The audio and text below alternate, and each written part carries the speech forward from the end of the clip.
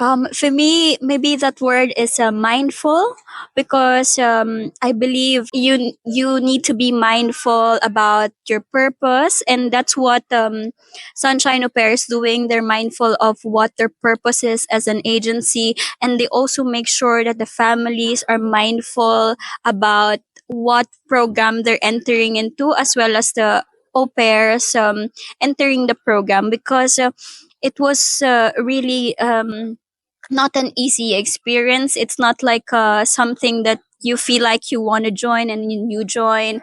So you really have to know your purpose in joining here, and that's what describes Sunshine. They do it very mindful. Everything they do, the activities, the video calls, the family and the au pairs, they're very mindful of overall. I would say I would describe Sunshine as challenging.